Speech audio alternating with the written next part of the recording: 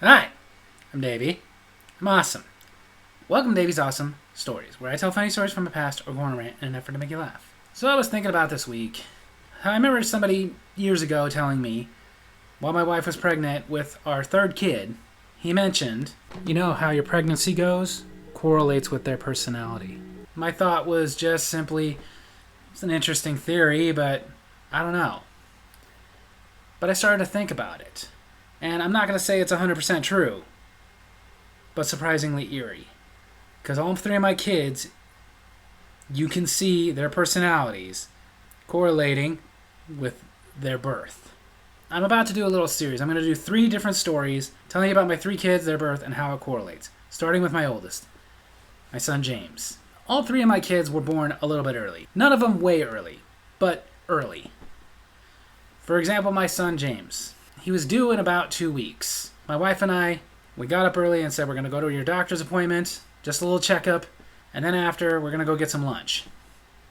We didn't get any lunch because while we were at the doctor's, they did a little sonogram, looked around, came in and said, okay, so we're going to send you across the street to the hospital, and they're going to induce you. And you can imagine both my wife and I had the reaction of like, something wrong? No, not yet.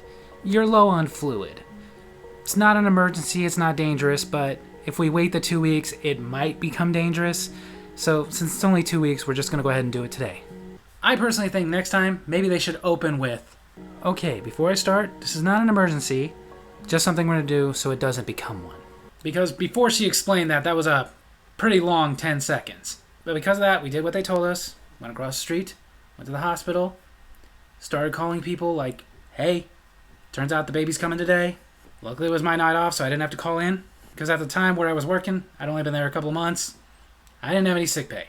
We get into the hospital, they induce her, and we figure, okay, great.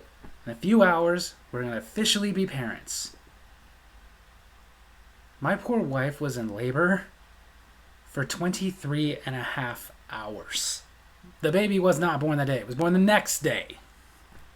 And every time they would come in to check to see how far along are we, they'd say one of 2 things. Not progressing, really. Or, well, coming along a little bit. But never what we were hoping, which was, okay, any minute now. Because let me tell you something. Being in the delivery room waiting for that kid to come is a very long wait. Not just because of how long it takes, but minutes go by like hours.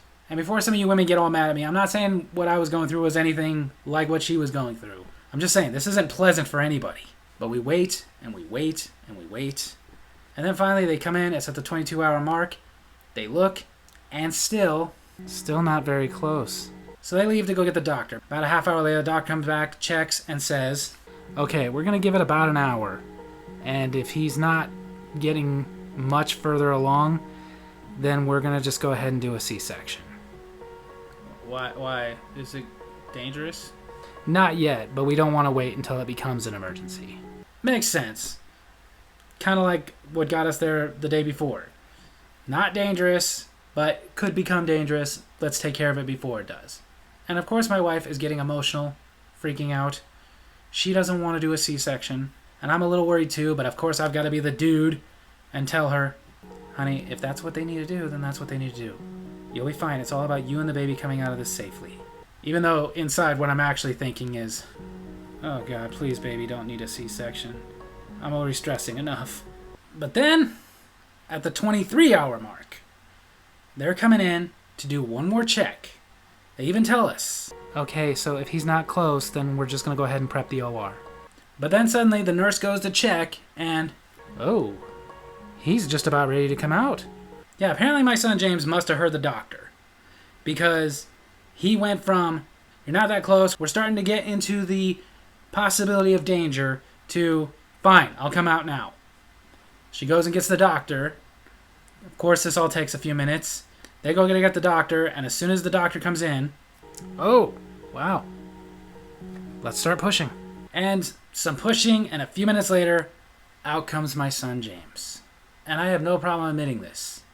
I'm not much of a crier, not much of an emotional person.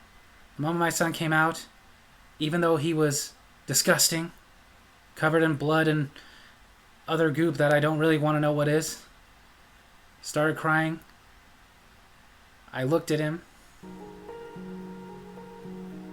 Couldn't look away. Couldn't think of anything to say. Couldn't really think. And then my wife got my attention, just simply asking, "Honey, is he okay?" And nothing came out of my mouth except a bunch of blubbering as I started bawling like a baby. Uncontrollably bawling. At the time, I was living in California. My parents were in Nevada. When I composed myself enough, I called them, but couldn't speak, just put the phone to my crying son so they could hear their first grandchild had been born.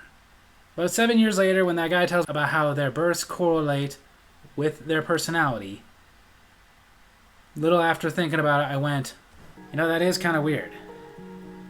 Because James now habitually does everything at the last minute. I love my son James, but he is the worst procrastinator I have ever encountered. He gets irritated with us a lot for telling him to do something, and he looks at us and goes, "All right, I'll do it later." No, get up and do it now. Why? Because if you don't do it now, then you're going to do it at the very last minute. It'll get done. Just do it! So it turns out in this case, definitely true. My son waited until the very last minute before they were going to go cut him out of there. Now he waits till the last minute to do anything. So there you have it. That's my story of this week. Hope you guys enjoyed it. And if you did, make sure to hit like, hit subscribe, hit the little bell so you get notifications when I post the videos. And leave a comment I can respond to in my next comment corner. If you can think of a way that your kid's personality matches their birth, let me hear about it. And tune in next week to hear about my son Sam. Love you guys.